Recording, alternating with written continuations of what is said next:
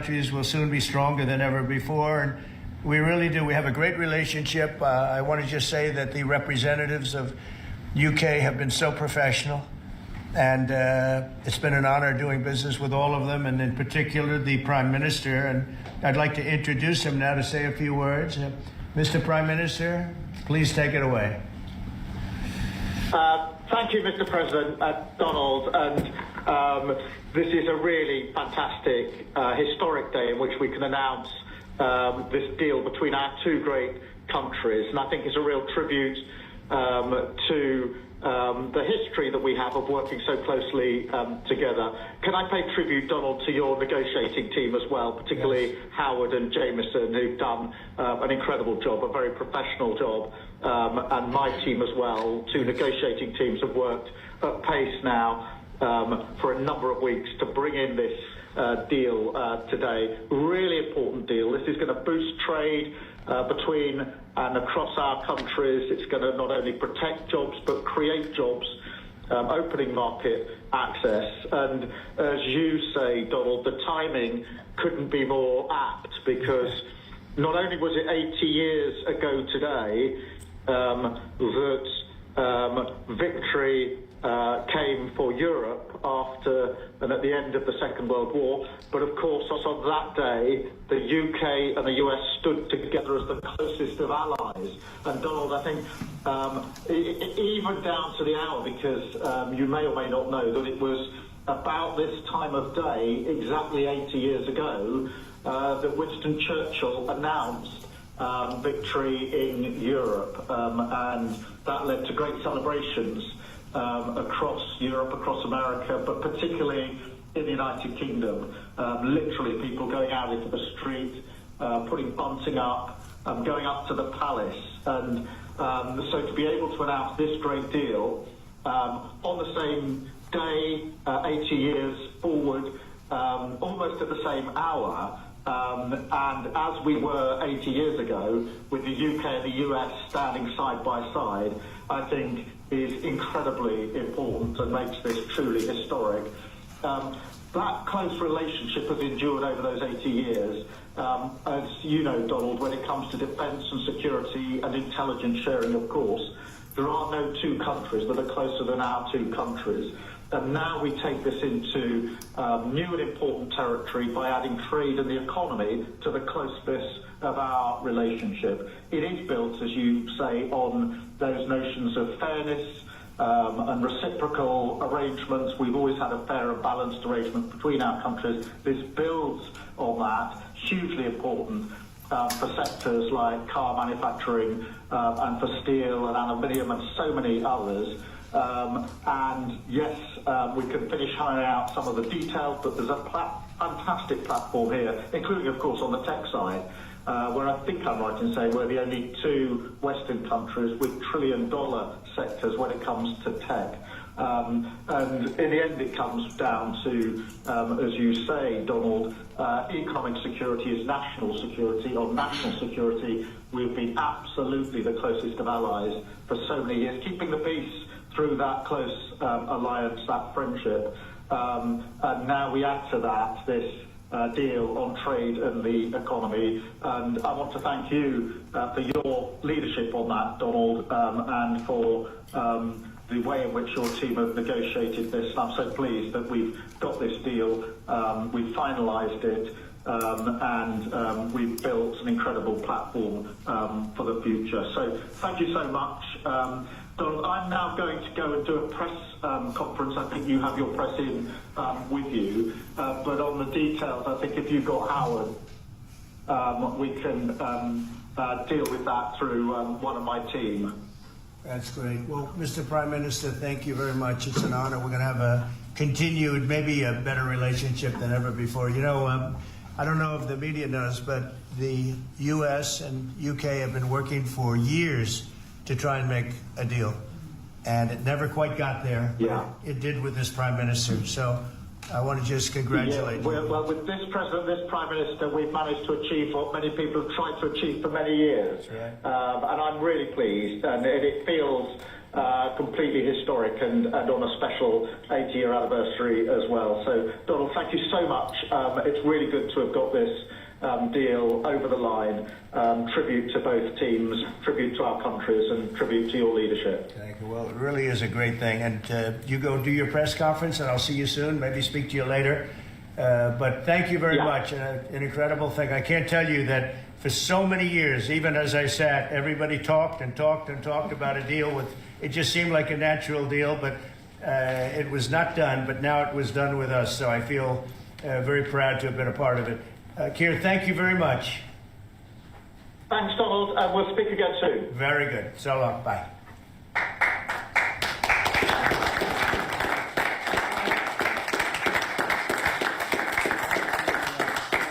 Why don't I do this? Why don't I have our Secretary of Commerce, Howard Lutnick, give a little description of the deal pretty quick, and then the good side, the very nice side, we'll be speaking about it also, maybe, from so you get a pretty equal. I think it's a very, it's just been a deal that was, we thought, very complicated. It became very simple. It's opening up the country that we really didn't have the kind of access to that I would have thought. I was surprised. I think it's why the deal never got done before. It was, they've been working on this deal for 25 years. And we got it done, and we got it done. Really, it's going to be great for both countries. So, Howard, if you could go, and then somebody else, you may have, you'll pick whoever you want who'd like to do it. I have a feeling you're going to do it, right? So you guys go ahead, and then we'll take questions right after that. But I think you'll get a pretty good understanding of how big it is. It's a very large deal, very big deal. And Howard, go ahead. So the UK is the 6th largest economy in the world, and the 4th largest that we export to, right? So it's a huge market, a top 10 market. If you remember Liberation Day, they were at 10% because we have balanced trade with the UK, right? They say they have a surplus, but of course that counts gold bullion, which is, so let's just call it balanced trade. So how do you open up a market in balanced trade? People think it's impossible. They've always thought it was impossible until President Trump came on the scene and changed the way things work. So here's what we've got. We've opened up new market access, ethanol, beef, machinery, all the agricultural products. They've agreed to open their markets, and that will add $5 billion of opportunity to American exporters. So the question is, why would they do that now? Because they've never done it before. And we still have our 10% tariff on, which will produce $6 billion of revenue for the United States. So the idea was, how do they keep their jobs, protect their economy, and do the best for their people while opening the market for us? And the way is they studied it, their team was exceptional, and they tried to figure out the markets that they're importing from other people and try to send them over to America. So why were they always favoring others and not us? And what they've done is they've found the ways to do that so that we have new access, right? But the UK workers are protected, and that was the balance. So we did a deal with them in automobiles, and if you're not building here, we charge you a 25% tariff. But the president, and by the way, I want to make this clear, while Jameson and I worked hard, this was the president's deal, and people think, oh, that's not the way it works. If you got to sit next to him, I have the best deal maker to my left, and if you don't think that we take advantage of him calling the prime minister and getting that deal done, you don't understand who's the president of the United States. So he's the closer. He gets deals done that we could never get done because he understands business, he understands deals, and that's why we're here today. So he agreed they could send 100,000 cars into America and only pay a 10% tariff. And that protects their car industry. And remember, we do 16 million cars a year. So this is only like 0.6%. But for the UK auto people, this is tens of thousands of jobs that the president agreed that he would protect for them. So he made that deal, right? Then steel and aluminum. Right? Their steel business has been destroyed like everybody else has been destroyed by people dumping steel into their markets. And British Steel had announced it was closing down. So the British government, as part of this deal, nationalized British Steel, And they're going to match the kinds of models we do. They'll put tariffs on, they'll put quotas on. They want to do it with America so they can be part of the resurgence of steel and aluminum in America, and that saves them, again, thousands and thousands of jobs. So if you go step by step, aero and commercial planes, they sell Rolls-Royce engines to Boeing. We've agreed to let Rolls-Royce engines and those kind of plane parts to come over tariff-free. And what you're going to hear today is there's going to be an announcement in the U.K. that they are buying $10 billion worth of Boeing planes later today. But I'm going to let the name of the airline announce it because that's theirs to do it. Part of this deal was always to do it together and to do it strong. And you can see the numbers on this board. Everything about this board works exceptionally well for the United States of America. It lays out the plan that you can work with us in autos, you can work with us with aero and commercial, you can work with us in pharmaceuticals if you have a supply chain that is secure and protected in national security. So we feel really good about the deal. You've heard the Prime Minister, he feels really good about the deal, right? And we started at 10% and we ended at 10%. And the market for America is better. And this is a perfect example of why Donald Trump produced Liberation Day. People don't understand. He gets things done in a matter of time. This would have taken Jameson and I 3 years, maybe. And instead, we got it done in 45 days, certainly, because we work for Donald Trump. So, Jameson, my partner in all this, maybe Jameson, you'd like to talk a little, and then we'll turn it over to the UK. Sure, happy to do that. Everyone has great remarks. I just have to echo the President and the Prime Minister when we talk about VE Day. This is something we've been waiting for decades, and there's no more appropriate day to do this. And when we step back and we look back a few weeks from now or months from now or years from now, we're going to look back at this day and better appreciate the significance, I think. And I'll just say as well in terms of negotiating, I mean, the UK negotiators, you know, we've got one right here, did an incredible job, right? This is why you win wars, right? When you act like this, and the ambassador, he knows more about trade than a lot of us here, based on his background. And I would say on this deal, Mr. President, what we've shown is that it is time to change the way we do trade. People said we couldn't do a global tariff. We did a global tariff. They said no one would want to deal with us. People want to deal. They said no one give offers. You saw that stack of offers I showed you yesterday of all those countries. Said we wouldn't get deals, and here we are with the deal with the 6th largest economy. We've agreed to have fair and reciprocal trade, and we've done it in record time. Thank you very much. Sir. Great job. Thank you, sir. Mr. Ambassador, please. Well, Mr. President, thank you very much indeed in hosting us this morning.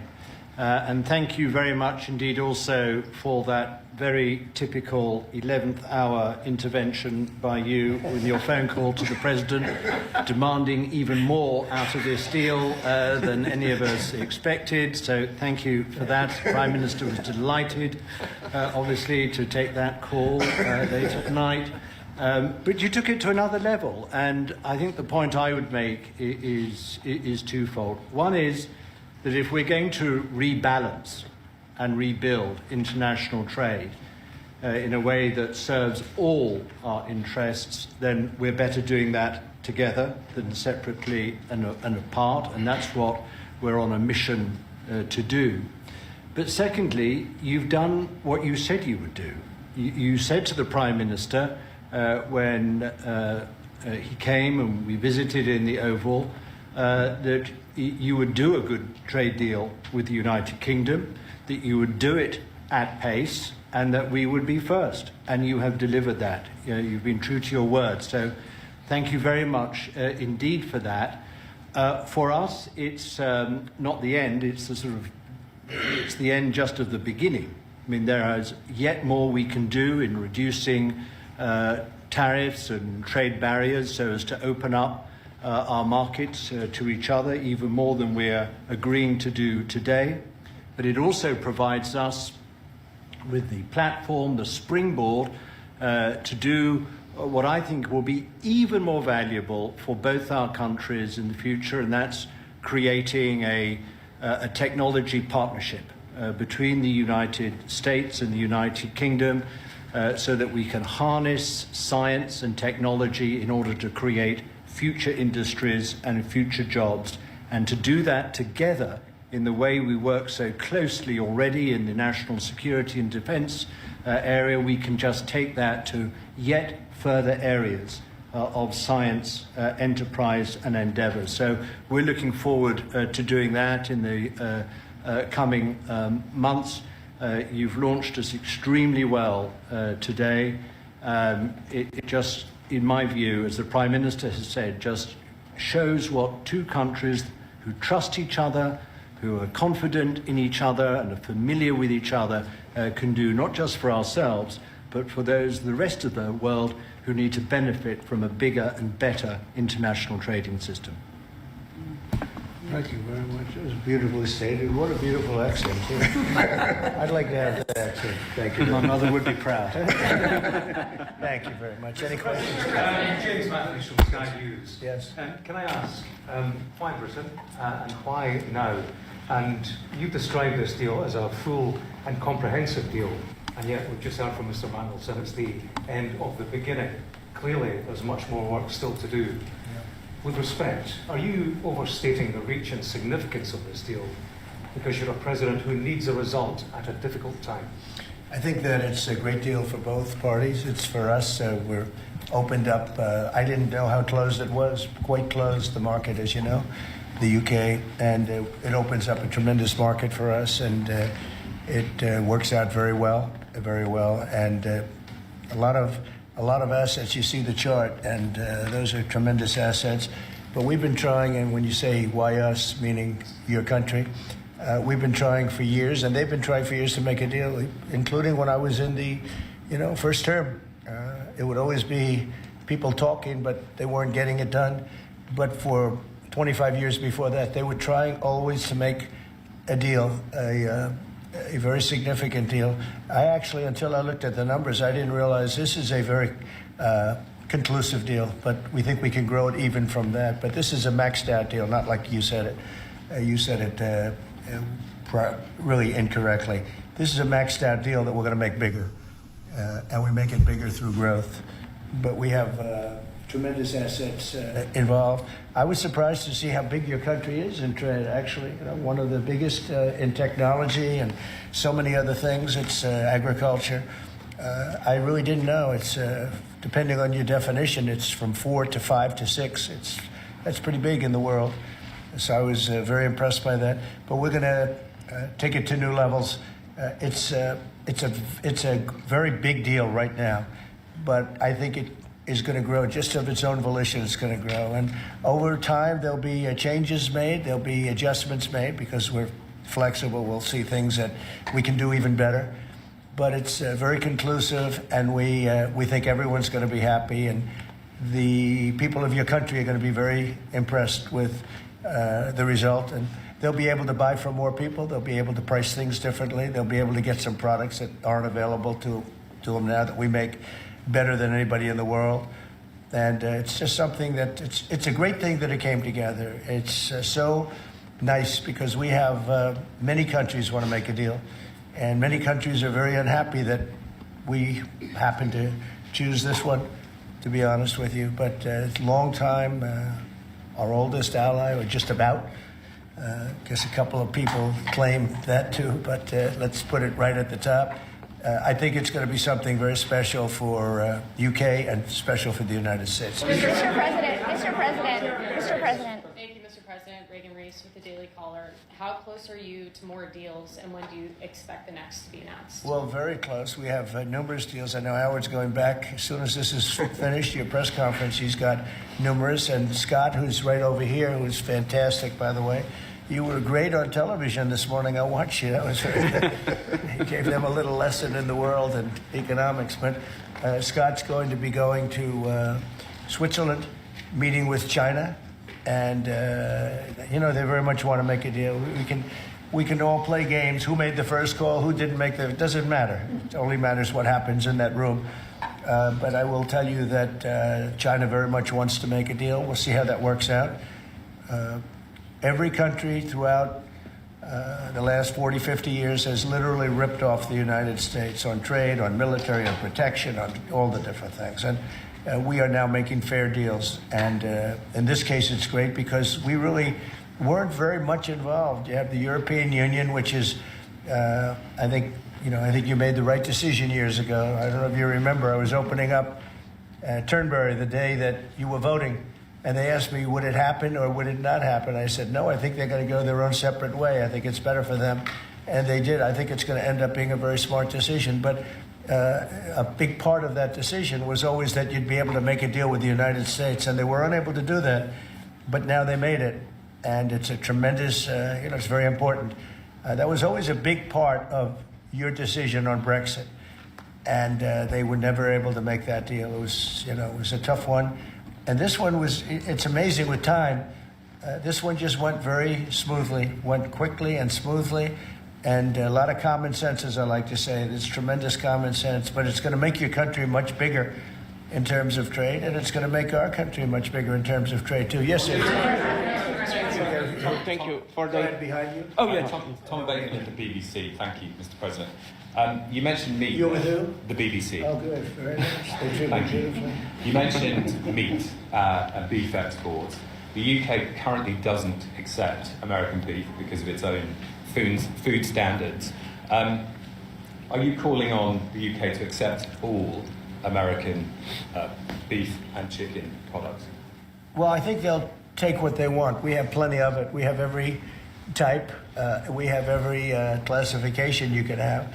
As you know, Bobby Kennedy is doing a tremendous job, and he's, I think, probably heading toward your system with no chemical, no this, no that. I think we're heading that way. It seems to be, and but we have that also. So we're a very big country. We have a lot of beef. We're a very big country, so it'll be great. Yes, yes. You want me to jump? Yes. Let's talk about American beef really quickly, and it can't be understated. I'm Brooke Rollins, by the way. How important this deal is and what this means to American farmers and ranchers. Specific to the beef, this is going to exponentially increase our beef exports. And to be very clear, American beef is the safest, the best quality, and the crown jewel of American agriculture for the world. So I think a really important part of this deal isn't just the ethanol reducing of tariffs from 19 to 0, which for our row croppers is a huge deal, but also for beef. And as we move forward, I know our incredible trade team is looking at all of the meats, all of the produce, really all of our agriculture exports. And I don't know if there's an industry that has been treated more unfairly and has suffered more than our agriculture industry. So we look forward to, I'll be in the UK on Monday, talking to my counterpart over there for next week, and look forward to moving that out across the country. The president is I think we can say that we have the best in the world, best tractors, the best everything in the world, and they say that our agriculture is second to none. You understand, and it'll be a great asset. People are going to be able to have options, choice, and they'll have more of it. And that usually means lower prices. How about we'll do you and then you? Go ahead. Question for the Italian TV, Daniele Compatangelo, LA7, TV 2000, Primetime Media. So congratulations for the deal. We'll see a big revenues from the chart. But what's the rest of Europe? It's a victory day, but other European countries, it seems like they're losing the trade. We intend to make a deal with Europe.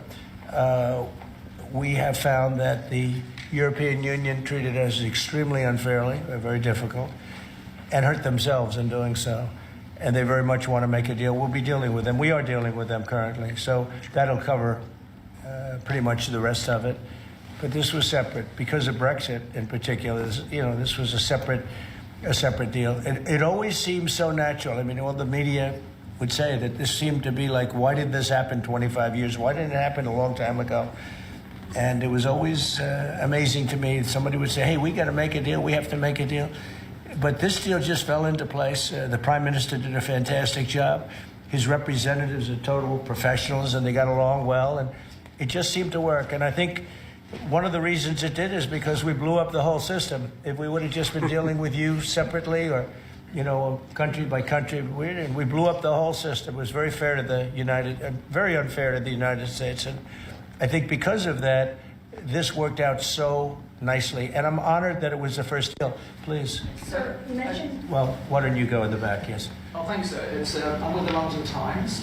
I'd say this is a great day for James Bond because now Aston Martins will be available to American buyers. Will it be even better by extending it to film? You've talked about a big tariff on films, and we'd like to know if there'll be relief on British. Well, we're going to have a discussion on that separately.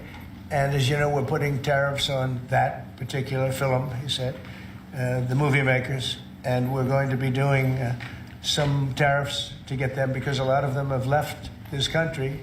They all live here. The money comes from here. Everything comes from here, but they make them in other countries.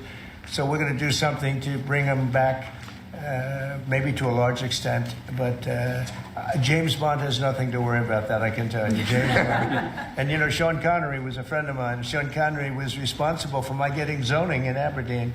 He said, let the bloody bloke build his golf courses. I was like 4 years into the process, and it was impossible in Aberdeen. And he, I don't know, he just stood up one day and he said that. As soon as he said that, I got the approvals in about 2 minutes. So he was a great guy, Sean Connery, and great character. Later in the year. Are you going to Scotland and to... Yeah, I will be, sure. It's great. We have a lot of investment over there. We have Turnberry, Aberdeen. We have, as you know, in Doonbeg in Ireland, right on the ocean. They're all on the ocean. I only have interest if they're on the ocean. And we have good investments over there. It's been beautiful. Yes? Mr. President, if the talks go well this weekend between Secretary Bessent and Ambassador Greer with their Chinese counterparts, not preemptively, but if the talks go well, would you then consider lowering the tariff rate on China? Well, it could be. I mean, we're going to see. Right now, you can't get any higher. It's at 145, so we know it's coming down. I think we're going to have a very good relationship. You know, I always got along very well with President Xi. That relationship was greatly disturbed by COVID when COVID came in. But we get along very well now. I mean, the relationship was hurt with a lot of people, a lot of countries when COVID came in. But I think we're going to have a very good relationship. I expect to have a very good relationship with China, Scott. I think it's a very friendly meeting. They look forward to doing it in an elegant way. China, as you know, has a tremendous trade surplus with us, and we just can't have that. And but I think it's going to be very good for both countries. I would like to see China opened. You know, one of the big things here is, and nobody would know this, but the U.K. was largely closed. It was very much closed to trade, and now it's opened. And a lot of the financial reporters are very happy about that, because so much. I listened to them. I hope they get countries opened up. And then you compete on a fair basis, but you can't compete when you're not allowed to go there. China would be the number one example of that. You know, it's very close. We almost had it last time before COVID, and that didn't work out. But we made a great deal with China. They had to buy $50 billion worth of our food products, and it was a great deal, doing very well for our farmers. And then when Biden came in, as usual, nothing happened. You know, he didn't enforce it. And it got less, and ultimately, you know, destroyed a great deal. That was a great deal. But no, I think that we're going to have a good weekend with China. I think they have a lot to gain. I do think they have far more to gain than we do, in a sense. But we're going to have I think we're going to have a very, very good weekend. Will you speak to Xi after the weekend talks? I might, yeah, sure, depending on what Scott says. We Scott is doing certain countries, and Howard's doing certain countries. I mean, I wish I had like 10 more of each. Then we could do them all at one time. But there will be a time we'll do a number of them, and then there'll be a time. I think I can say this, Scott and Howard, where we're just going to say, because we understand the countries, we understand what they want, where we're just going to make the deal. In other words, we don't need the country involvement because we've already had it. And we'll say this particular country, which had big surpluses, let's say, we had therefore deficits, that this particular country is going to pay a 25% tariff, or a 30%, or a 50%, or 10%, or whatever it may be. I think we should explain it now, Howard. One of the things we did here that we'll rarely do is on cars, we took it from 25 to 10 on Rolls-Royce, because Rolls-Royce is not going to be built here. I wouldn't even ask them to do that. You know, it's a very special car, and it's a very limited number too. It's not, you know, one of the monster car companies that makes millions of cars. They make a very small number of cars that are super luxury, and that includes Bentley and Jaguar.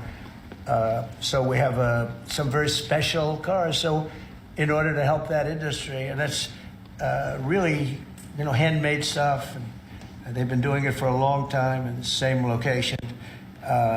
And I said, yeah, that would be good. Let's help them out with that one. But that's different than a car company that comes out and makes millions of cars, which they'll be doing in our country. They're going to build, we have many factories, car plants being built or going to be built very soon. I think we can say that we'll be close to $10 trillion of investment. I think we're actually at that number now if you add up some of the ones we haven't heard about yet. I mean, we have some going up right now. They have plants going up and they've even spoken to us. They're doing it because of the tariffs. And tariffs have always been used against us, and I never understood. I used to sit back. As you know, China paid hundreds of billions of dollars in tariffs when I was president. But until then, China never paid anything. And, you know, they really did a big number on us from the standpoint of trade. But we are using tariffs now for our benefit. And we have now close to $10 trillion. Think of that, $10 trillion. If you look at the past administration, and we're talking about over, you know, essentially 2 months, because we could say 3, but it took a little while to get the office in perfect shape, right? It took a little while to get things done. But once we started, when you think of that, close to $10 trillion of investment, you've had years where the United States wouldn't do that wouldn't do $1 trillion in a year, wouldn't do anywhere near $1 trillion. We did $10 trillion in 2 months. So it's amazing what's happening. We're getting calls from, and that has to do with chips, has to do with cars. We used to make chips. We had Intel, and we used to make chips. We had a monopoly on chips. Everything was made here. And now, over a period of years, because of presidents that didn't know what they were doing, they allowed that business to be stolen from us. Most of it moved to Taiwan. And you probably were in the same position, right? Because you had a lot of the chip-making capacity, but they moved it in. And if we would have said, that's fine, if you want to move it to Taiwan, that's good. But if you want to sell back into the United States, we're going to put a 50% or 100% tariff on, they would have never left. But we had people sitting here that didn't understand that, and it's too bad. But now they're coming back because I'm saying it about 40 years too late. But they're coming back. As you know, we have the biggest chip makers in the world spending, in one case, $300 billion, in one case, $500 billion.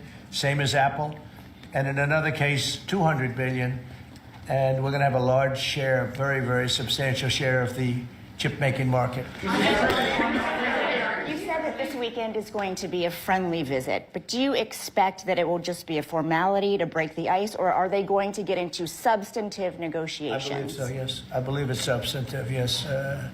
I think people like to say, yes, we're having a meeting to meet. Well, we're meeting, so what are we going to do, talk about meeting again?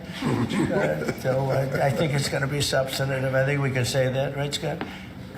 Very substantive. Now, China wants to do something. And look, they have to at this point. You know, essentially, they made $1 trillion a year, and now they have absolutely, you know, no business because of the tariffs. They have no business.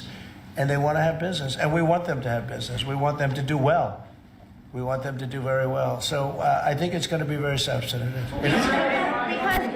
Because business has slowed down, as you mentioned, we're seeing as a result the ports here in the U.S. The traffic has really slowed, and now thousands of dock workers and truck drivers are worried about their jobs. Yeah, no, that means we lose less money. You know, when I see that, that means we lose less money. Look, China was making over $1 trillion, 1.1 trillion, in my opinion. You know, different numbers from 500 billion to $1 trillion or $1 trillion. I think it was 1.1 trillion. And frankly, if we didn't do business, we would have been better off. Okay, you understand that. So when you say it slowed down, that's a good thing, not a bad thing. But we're going to make it so they can, I'd like to say they can do better, actually, in terms of the bottom line.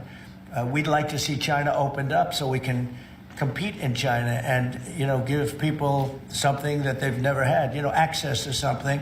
That'd be great for the world. It would be great for our businesses. And I think it would be great for friendship. I really expect a lot of people think I'm a militant guy. I'm really not. I think that trade can bring a greater friendship with China, can be something good. But, you know, one of the things that I know Scott's going to be talking about very high on the list is open up and let our businesses go into China, because when you talk about a closed country, that's a really closed country. And I think it would be great if it was opened up, give people a lot of choice. And would create a lot of jobs, a lot of everything. So I think it would be a great thing for China. And that's going to be one of the things we'll be discussing, like we discussed with UK. Thank you, Mr. President. Please. So what does Britain have to do for you to drop the baseline 10% tariff that you're maintaining? Well, I think that's set because that has to do with a lot of different things, including past. You know, there are a lot of past things that we talk. This is very inclusive. We included everything, and that's pretty well set. Yeah, please. Yeah, Mr. President, the 10% baseline tariff remaining in place, is that a template for these future trade deals? You say you're going to keep it here. No. Is it going to stay in every case? No, that's a low number. They made a good deal. Some will be much higher because they have massive trade surpluses, and in many cases they didn't treat us right. One thing with UK, they had it somewhat closed, not like a China as an example, but they always treated us with great respect. So they treated us with great respect. The template of 10 is probably the lowest end, and therefore they made that deal. But they we've had just a very special relationship with them. Like, I won't do that deal with cars. I mean, unless somebody shows me that there's another kind of a car that's comparable to a Rolls-Royce. And there aren't too many. This is a good commercial for Rolls-Royce. They're going to order a lot of cars. Mr. President, I wonder whether you'd like to buy.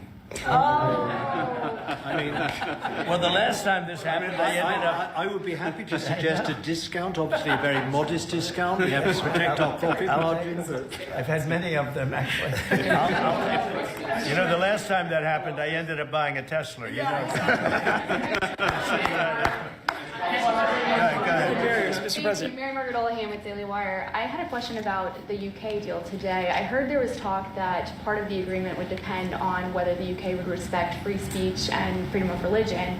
I know the VP is really interested in that, talked about that earlier this year. Was there any assurances that you guys got on that front? You want to handle that? Yeah, that was not part of the conversation. Our conversation was an economic conversation from start to finish, closed by the president yesterday.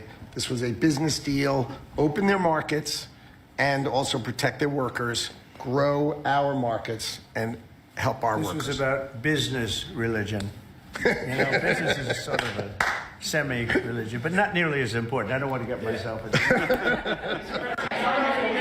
Your new nominee, Surgeon General. Mr. President, will you be asking China to help you close, the gap between Ukraine and Russia? I think so, yeah. I think it's a natural thing to ask. What do you expect? Sure. I don't know. I think we're making good progress. The fighting is a little bit different than it was.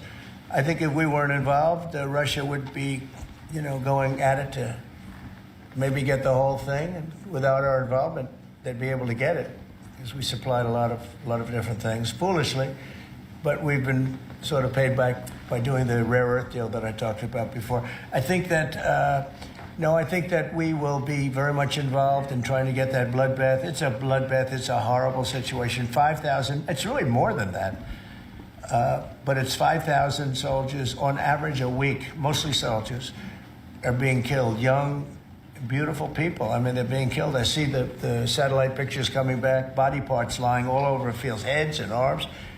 It's so terrible. I've never seen anything like it, actually. And if we can get that stopped, that will be a great accomplishment. And we're trying very hard, and I think we're close. And Mr. Witkoff is talking constantly back and forth. He's a real professional who's got a great relationship with both countries.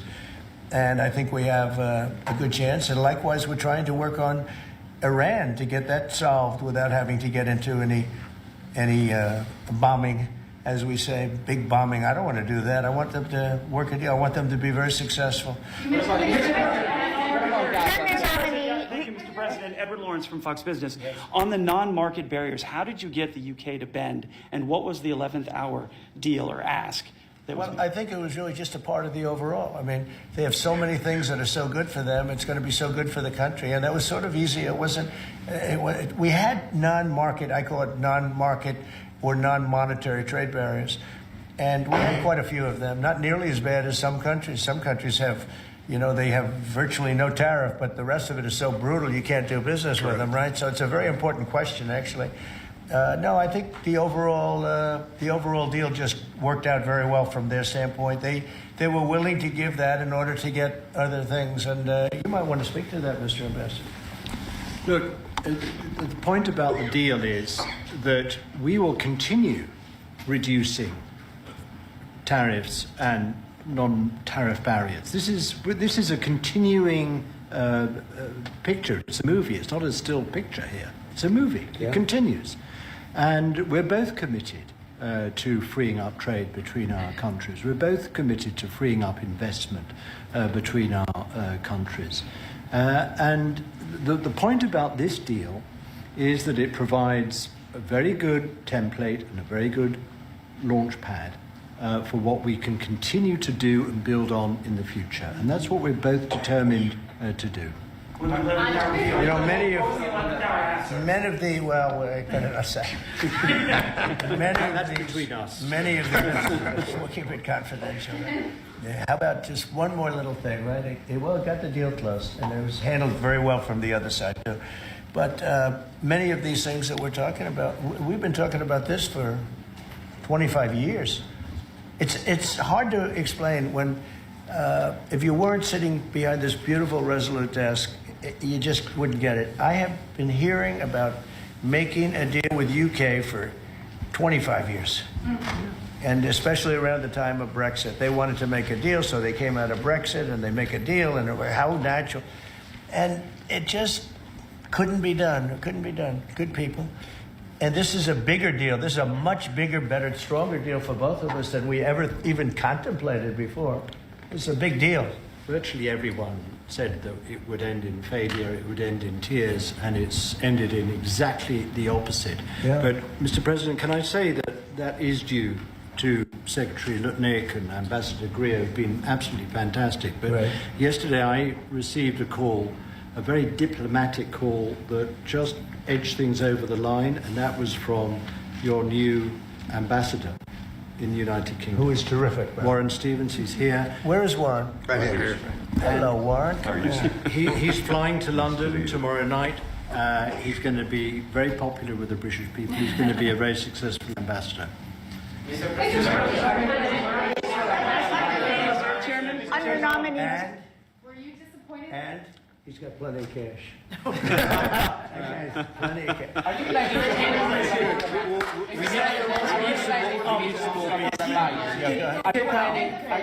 to meet Ursula von der Leyen? Yeah, the Federal Reserve. Go ahead, fast. Yes, are you planning to meet Ursula von der Leyen, the President or the European Council anytime soon? Oh, she's so fantastic, right? She's so fantastic. I hope we're going to meet. Yeah, the answer is yes. I saw her a few days ago. And I think that we'll definitely meet, yeah. The European Union is a big thing. They want to make a deal very badly. You know, everybody wants to make a deal. Look, everybody wants to make a deal with the United States. And we're doing that, and we're going to make fair deals. I'm just honored that this was the first one. Go ahead, please. The Federal Reserve Chairman, Mr. President, says that you have to call him for a meeting. Do you plan to be on with him? And what do you think about? And it's like talking to a wall. He should be. The Bank of England cut today. Well, the Bank of England cut, China cut. Everybody's cutting but him. It's I don't know. We'll see what happens. It's a shame. I call him Too Late, Too Late Powell. That's his nickname, and it's a shame. It's ridiculous. So meeting, he's always too late. But in this case, it's not going to matter that much because our country is so strong. We're so powerful in terms of economic strength and what we've done. And I'll tell you what, if we didn't have our first term, you wouldn't be. We created things in the first term. We cut more regulations than any president in history. We cut the taxes more than anybody in history. And a very big factor is going to be the tax bill that we have right now, the one big beautiful bill, as we call it, which is all-encompassing, the biggest tax cuts ever in history, bigger than even the first time. And the incentives, even great for the UK, because it'll make us so strong that we're going to be doing more business with you. It's a very important element for taxes, for every aspect, regulation cuts. That bill is, I believe it's the biggest bill of its kind ever in the history of this country. And Speaker Johnson and Leader Thune have done an incredible job. I mean, I'll let you know, we have to get a vote, but we have a lot of support for that bill. And if that happens on top of all of these trade deals that we're doing, this country will hit a point that you better go out and buy stock now. Let me tell you, this country will be like a rocket ship that goes straight up. This is going to be numbers that nobody's ever seen before. That's a very important element of all of this. You know, if we get that, if you don't, and the Democrats are fighting it only because they want to fight. They have Trump derangement syndrome. You know, if it was somebody else, they wouldn't fight. If you had a normal person, if you had some stiff sitting behind you, they'd be fine. But they have Trump derangement syndrome. You know, Senator Schumer's become a Palestinian. Welcome. I don't know when they're going to give him the ceremony, whatever the ceremony may be. It's terrible what's happened to the Democrats. So very, very important element of everything, of what we're doing, unrelated to today, but related in the sense that we'll do, if that passes, we'll do even more business with the UK. We'll have so much. It's the biggest tax cut in history. It's going to make our country zoom. It's going to be incentive, as you know, with the deduction for basically for work. You work, you build, you plant, etc. Your deduction. It's going to be the biggest. It's the biggest bill of its kind ever passed. Maybe the biggest bill ever passed. That's why we call it the one big beautiful bill. You just announced a new nominee for the U.S. Surgeon General who never finished her residency and is not a practicing physician. So can you explain why you picked her to be America's top doctor? Because Bobby thought she was fantastic. She's she's a brilliant woman who went through Stanford, and as I understand it, she basically wanted to be an academic as opposed to a surgeon. I think she graduated first in her class at Stanford. And Bobby really thought she was great. I don't know her. I listened to the recommendation of Bobby. I met her yesterday and once before. She's a very outstanding person, a great academic, actually. So I think she'll be great. You're nominee for U.S. Attorney of D.C. Do you have a backup plan if this Senate? Oh, I do, yeah, but he's a terrific person, and he wasn't getting the support from people that I thought. You know, he's done a very good job. Crime is down 25% in D.C. During his period of time.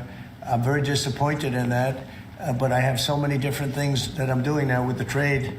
You know, I'm one person. I can only I can only lift that little phone so many times in a day. But we have somebody else that will be great. I just want to say Ed is unbelievable, and hopefully we can bring him into, whether it's DOJ or whatever, in some capacity, because really outstanding. To me, it was disappointing, I'll be honest. I have to be straight. I was disappointed. A lot of people were disappointed. But that's the way it works sometimes, you know. That's the way it works. And he wasn't rejected, but we felt it would be hard. And we have somebody else that we'll be announcing over the next 2 days who's going to be great. With companies like Ford and Mattel recently saying they're going to raise prices on certain products, how long do you think the American public is going to be patient and wait for you? Well, I think they're saying that just to try and negotiate deals with me. Okay? They're not. Look, tariffs are the most misunderstood thing maybe in any form of business, anywhere in business. Oftentimes the country picks them up. Oftentimes the company picks it up. The people don't pick it up. Okay, the people don't pick it up. And if Ford did that, they wouldn't sell any cars. And if Mattel, I don't know, I'm not so sure. They also said they're the only country I've heard. They said, well, we're going to go counter. We're going to try going someplace else. That's okay. Let him go, and we'll put 100% tariff on his toys, and he won't sell one toy in the United States, and that's their biggest market. I heard that. I mean, I watched this guy talking about how I'm going to go counter. I said, well, I wouldn't want to have him as an executive too long. The Ford people I know very well. What they're doing is negotiating with us by saying that. But we don't think that's going to happen. Look, I put out a truth today, and it said that gas is down, gasoline is down, energy is down, groceries are down, eggs are down. I mean, eggs, thank you very much, but eggs are down. When I came in the first week, you guys hit me with eggs. I said, what the hell happened with eggs? Eggs were up like 170% and going up, and they said don't order any for Easter. And we were thinking about ordering plastic eggs like everybody was doing. And Brooke did a fantastic job, agriculture. Brooke did a fantastic job. And we had hundreds of thousands of eggs out here on the lawn just 2 weeks ago at Easter. But you take a look at the cost. Energy's down. Even interest rates are down. Now, if the chairman of the Fed, Jerome, if he would lower interest rates like China did, like I think UK did, but like numerous other countries have done, it's like jet fuel. It would be great. But he doesn't want to do it. I think he doesn't want to do it. Probably he's not in love with me. I think that's right. It's sort of a crazy reason, but that's the way life is. Anybody in his position would be it would be like jet fuel. But even without that, we're doing well. But remember this, I've watched you people reporting over the last few months that if we do this, prices are going to go through. Well, groceries are down. All of this stuff is down. Lumber is down. Oil is gone to, we have that thing broke 60, right? $60 a barrel. And $1.98, $1.99 in some cases. And heading in that direction. No, I think it's been amazing, actually. And what that's good for, it gives the consumer more money. And it gives them a better life. Because we just came out of the worst inflation, in my opinion, in the history of our country. They say 48 years. But Biden really screwed it up. He screwed up energy. And he also he spent too much money. He was spending it on, green new scam. And that's like throwing the money. See that beautiful window behind? Take money, throw it right out that window. Because it's the same thing. He spent $10 trillion. He wasted it. Not only was it bad, it was a negative. It wasn't even like it helped a little bit. It was a real negative. And then on top of it, they let 21 million people into our country without any identification, anything. Just let them in. It's very, very sad. Well, we'll do one or two more. $1.99 gas, $1.99 gas. Violence in India and Pakistan. Who are you with? I'm with the Daily Telegraph. You know me from I do. How concerned are you about the UK's reliance on China? Chinese money in the money markets, Chinese exports. We're not concerned. Is that something that came up in discussions? I'm not concerned about anything. If I was, I wouldn't even be here right now. If I was concerned about anything, and it wouldn't be that, but I wouldn't be here right now. No, we're not concerned. We're going to have, I believe, a very good relationship with China and a fair relationship, and it'll get bigger and it'll grow. It'll grow. As an example, if they open up the country, that'll be the best thing China ever did for itself. They don't know that yet because, it's been a different system.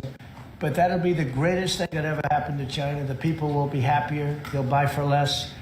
They'll see things that they never saw before, and they'll be buying them.